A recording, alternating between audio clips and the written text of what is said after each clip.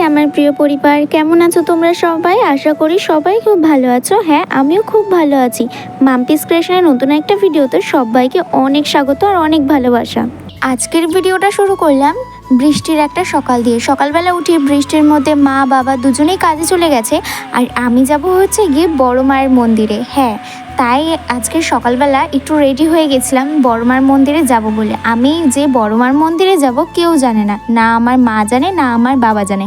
পরে অবশ্য আমি বলে দিয়েছিলাম, কি জানি কেন সকালবেলা থেকেই খুব বড় মার মন্দিরে যেতে ইচ্ছে করছিল। আর আমাদের বাড়ি থেকে বড় মার মন্দির বেশ কিছুটা দূরে, কিন্তু হলে কি হবে, আমি যদি বলে যেতাম তাহলে কেউ আমাকে যেতেই দিত না। তাই আমি সবাইকে না বলেই আমি গেছি। আর বড় মার মন্দিরে যাব বলে মনটা না কিছুদিন ধরে খুব টানছিল। মনে হচ্ছিল আজ যাব কাল যাব বা এই 1-2 সপ্তাহের মধ্যেই যাব, কিন্তু বড় মার ডাকটা যে আমার প্রতি এত তাড়াতাড়ি চলে আসবে এটা ভাবতে পারিনি। তাই তো আজকে সব বাঁধন ছেড়ে একাই চললাম বড় মার বাড়ির উদ্দেশ্যে। এতদিন পরেই বড় মা হয়তো আমাকে টানলো। শুনেছি নাকি বড়মার বাড়িতে বা বড়মার কাছে যেই মনস্কামনা নিয়ে যায়, বড়মা নাকি সবার মনস্কামনা পূর্ণ করে। আমিও বড়মার কাছে নিজের মনস্কামনা, নিজের আশা স্বপ্ন নিয়ে বড়মার কাছে গেছি। আর বড়মা নাকি কাউকে ফেরায় না। তাই বড়মার আশীর্বাদে বড়মা মনে আমাকেও ফেরাবে না। আজ না হোক কাল ঠিক আমাকে সেই আশা পূর্ণ করবে।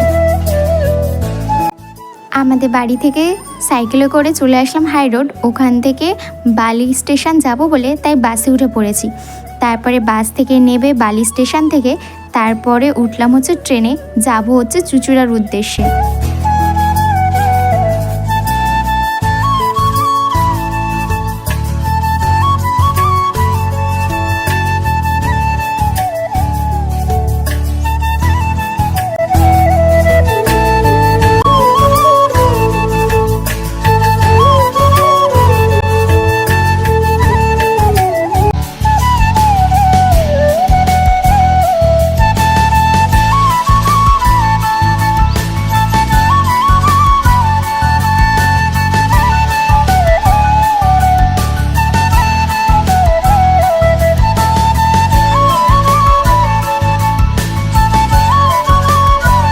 তারপরে চলে আসলাম হচ্ছে গিয়ে চুঁচুড়া স্টেশন। তারপর ওখান থেকে হচ্ছে গিয়ে চুঁচুড়া লঞ্চ ঘাট, ম্যাজিকে করে আসলাম। আর লঞ্চ ঘাটের এখানে দেখেছো কি সুন্দর বড়মা মায়ের একটা ছবি আছে, সত্যি খুব সুন্দর লাগলো দেখে। আর এখানে হচ্ছে গিয়ে লঞ্চ ঘাট, আস্তে আস্তে সবাই যে লঞ্চে উঠবো।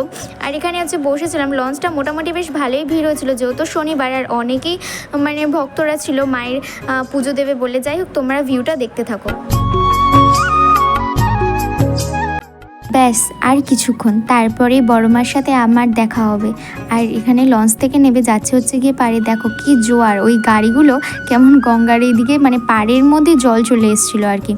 তারপরে হচ্ছে গিয়ে এখানে ডালা নিয়েছি। ডালা নিয়ে লাইনে দাঁড়িয়েছি অনেকক্ষণ, জানো লাইনে দাঁড়িয়েছিলাম, না হলেও প্রায় 2-2.5 ঘন্টা তো প্রায় হবেই ওরকম। আর কি ভিড় এখানটায়। আর যেহেতু আমি শনিবারে গেছি তাই প্রচুর ভিড় ছিল এখানে। আর সত্যি ধর্ম হোক যার যার, বড়মা কিন্তু সবারই।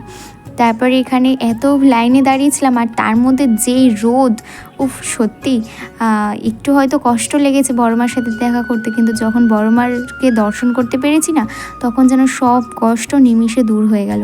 তারপর এখানে ছোট ছোট রাস্তায় ঘাটে কত সুন্দর সুন্দর বড়মার ছবিগুলো পাওয়া যাচ্ছিল, যেটা খুব ভালো লাগছিল দেখতে, জানো। কিন্তু আমি ছবি আনিনি, তবে একদিন ইচ্ছা আছে নেব, এর পরের বার গেলে। তারপরে হচ্ছে কি বড়মার মন্দিরের সামনাসামনি চলে এসেছিলাম।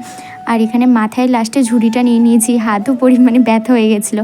তারপরে এখানে প্রচুর ভিড় হয়েছিল ভেতরটা, এইটাই আর কি একটু ভিডিও করছিলাম।